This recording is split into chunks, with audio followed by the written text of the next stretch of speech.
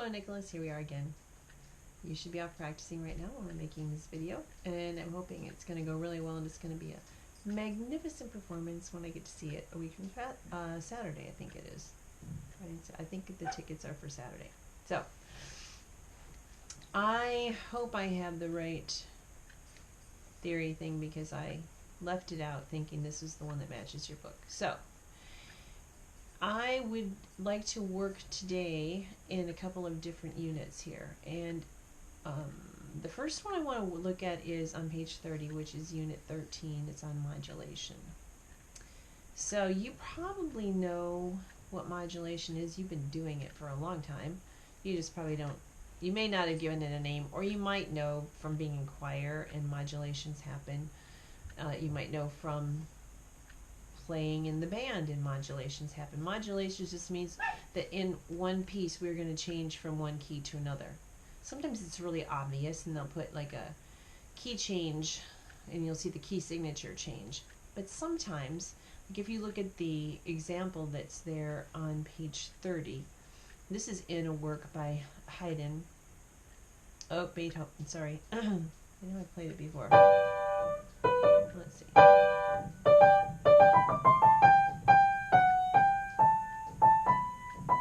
So what's happening here, and this is how a lot of times you'll find these in this sonata pieces to make them interesting. You know how we get into the development section and we start moving through keyalities.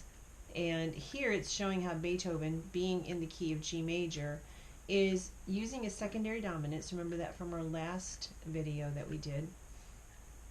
You can see they've marked where the secondary dominant is, and they're moving us into feeling like we're in the key of C, which is the 4 chord in key of G. So normally when these things happen, they go to chords, the keys that are related somehow. And oftentimes it's the dominant. You know how we've seen like in, maybe you don't remember, but in your Beethoven sonata, the third movement, it's set up like in a sonata allegro form. So you'll have your two themes in the exposition, and the second theme is going to be in the dominant unless they break the rules. Usually your first theme is in the tonic and then the second theme is in the dominant, and then when you get to your recapitulation, both themes are going to be in the tonic. So it's very common that these modulations happen, and one of the clues for that is that we start having accidentals happen. So in this case, for instance, if we're looking at this G major modulation, so the F's are going to become natural, and that's our clue that something's happening, is taking us to C major.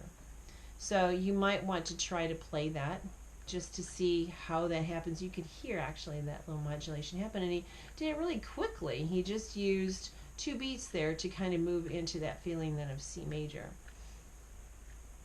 So what I'd like you to do is work through pages 30 and 31, which will help give you a better idea of understanding modulations. And then I'd like you to think a little bit about the pieces that you're playing. I know, for instance, that the Mendelssohn has a modulation, but it's marked in there. But I'd like you to go to some of the music that you're playing and see if you can find some of these in your music. That's the first one to go to on the Mendelssohn's, what is it called, Scherzo? Because we haven't played it for a while, but I think you've played it. I haven't heard it for a while, but that is a very obvious one. Look at what the clues were that started leading up to it, or was it one that just boom happened right like a surprise? Normally they'll set them up a little bit by using a secondary dominant, a dominant of a dominant. And so then on that page 31, it's not much work to have to do. There's only 2 different lines of music that they want you to try to do. Find the modulation. So you have to figure out what key you're in, although they kind of tell you that. It looks like at least on number 1. And see if you can figure out how the modulation is happening. But I also do want you to make this practical, because like with the cadences, it's kind of fun when we start seeing these things, and it's all over our music. We just don't oftentimes think about where it is and what's happening, but it's all the tools the composers use to help put together, structure their pieces. So there's that. And then I would like you to go on to the unit 14, harmonic analysis. We've done some of this. Actually, I think I start doing harmonic analysis back in book 1, if you were with me when we did the red book, which I feel like maybe you were level 1. You probably don't remember back that far.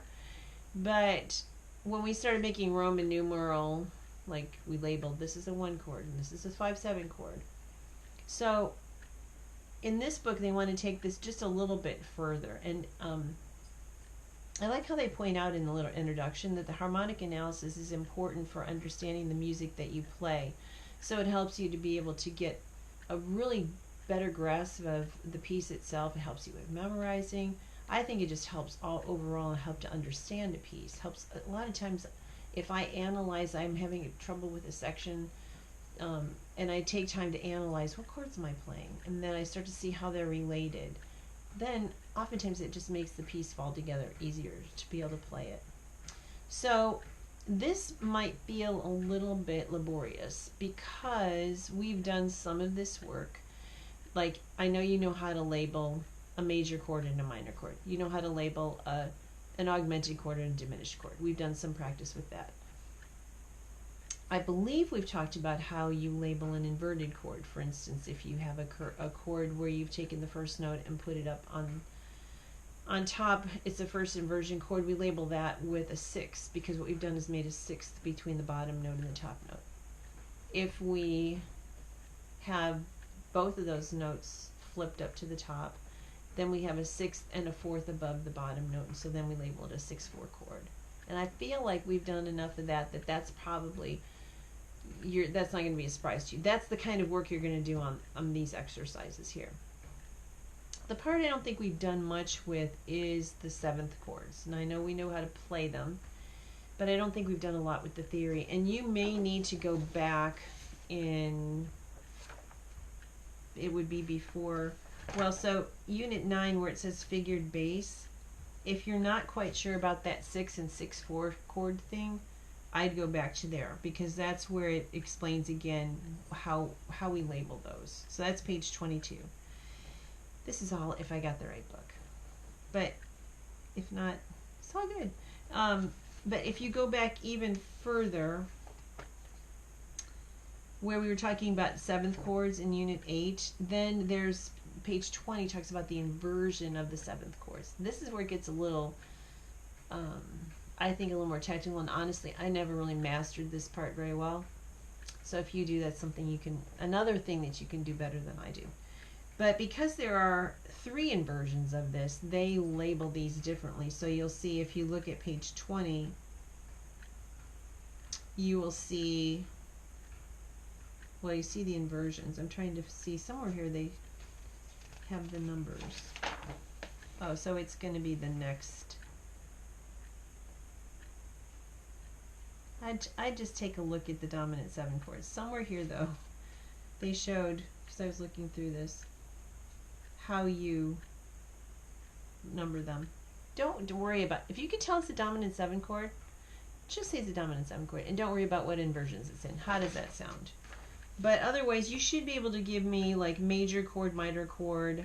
I'll give you a hint. The first measure you're going to label, it's an A minor chord. So, A with a little M, and you're good. This, though, has, like, the exercises for this are long. And depending on how busy you are, because I know you have a show coming up, you may not be able to get through all of these before I see you the next time. So, I would set a goal to at least try to do exercise number 1 and 2, and probably you may want to skip 3 just because there's a lot of chords, boom, boom, boom, boom, boom, and that might feel a little overwhelming with all you've got going on. We might want to do that together because it's short. We could do that during your lesson.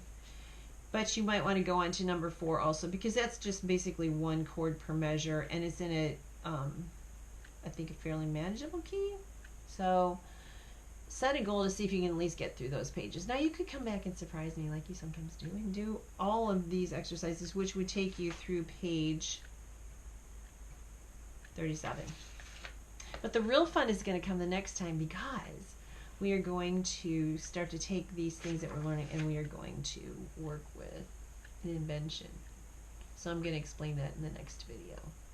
So these are kind of ongoing projects, but see what you can do to start with it. At least try to understand the concept of modulation.